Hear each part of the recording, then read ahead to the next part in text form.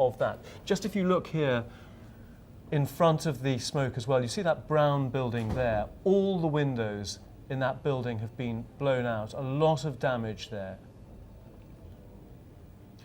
We're joined in the studio by our weather presenter, Dan Corbett, who's just been explaining where this huge plume of smoke is now heading. Parts of it going over London towards the southeast, other parts going higher up into the atmosphere. And Dan, I presume, I mean, on the wind direction at the moment, this is all going to head for mainland Europe, is it? It will, and see, the interesting thing, or the one of the things to watch out for tonight is, obviously there is this plume of smoke that continues to go up. There is one thing that will change, obviously, the wind direction. There is a weather front across the northern UK that is working down to the southern UK tonight. Before it does, the winds across much of the southeast will be at the surface in a westerly direction. So yes, they'll push it south, maybe southeast, but then we'll have this inversion re-establishing itself. So it will keep everything at the surface before we get the weather front to move through, shift the winds to the north, but at the same time, we could have some rain on this weather front. So imagine all of the bits in the atmosphere, they could be washed down in places. So needless to say, it could be quite mucky with all of this stuff coming down to the ground by tomorrow morning. Our helicopter is now going higher, and you can just see how much of that smoke now is going much higher into the atmosphere. Originally, as you were saying, Dan, it was being blown flat and low, but now maybe as the wind is dropping, is that why it's obviously going up? Well, what the winds do pick up at the surface as the inversion breaks. There are sort of what we call two inversions that break, and you can actually see how parts of the plume of smoke do go up very high. And as I say, it's the heavier stuff that seems to sort of hug on the sort of the bottom right-hand side of the screen that stay very close to the Earth's surface. Some of the plume is going up to 5, even 10,000 feet, and the wind direction and the speed at that level is slightly different to at the surface. So that's why, if you look, when we had a satellite photo of it earlier, it almost looked like a fan shape, how it was going out. Yes, can you see how as he comes back wide on the bottom, look at the Earth's surface there, the ground level, you can see the heavier bits there, the bits that are hanging, but then the top bit.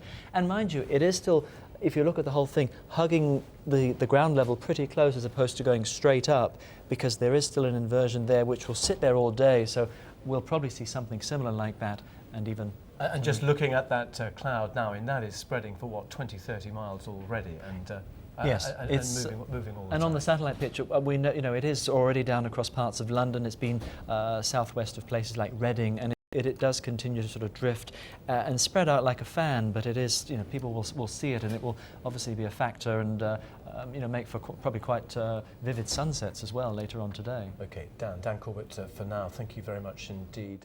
You're watching BBC News 24. Just to remind you that the latest figures from police saying that the number of casualties has risen to 39. And as Dan was explaining, that thick plume of smoke we've been seeing can now be seen from space by satellite pictures spreading east, west and southwards. The police advice is to stay indoors. Now, some of the injured this morning were taken to Hemel Hempstead General Hospital. Around 30 have now been treated and discharged with just cuts and bruises. One patient with breathing difficulties was transferred to Watford General, but the hospital remains on high alert amid fears that there may be more explosions. Well, we remain on a standby footing.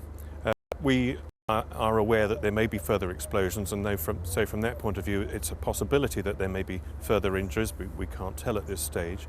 We would hope not. But if that were the case, we would anticipate that those might be related to blast injury from further explosions, and so we are making sure that we've got sufficient respiratory support, intensive care unit support should patients arrive who've been affected by blast injury from explosions. Well, that was Howard Borkett-Jones from Hemel Hempstead General Hospital. Travel has been badly disrupted after the explosions this morning. Joining me in the studio is the BBC travel presenter Louise Perry. Just describe which routes have been affected so far and whether the M1 is still closed. The M1 is still closed, which is bad news for motorists because it's probably one of the busiest stretches of motorway within the UK. Now, they've got it closed northbound from Watford up to Flamstead, and on the southbound carriageway slightly longer, they've got it from Luton all the way down to Watford, and that's quite a stretch which intersects with the M25. The bad news is it might be closed until tomorrow evening. And why are they keeping such a large stretch of the M1 shut? Have they explained that? Because, I mean, that one would have thought they could have perhaps opened some of it. Yeah. I think they've left such a large, mainly because of the smoke and obviously billowing across the carriageway, also for emergency services wanting to use the motorway very, very quickly.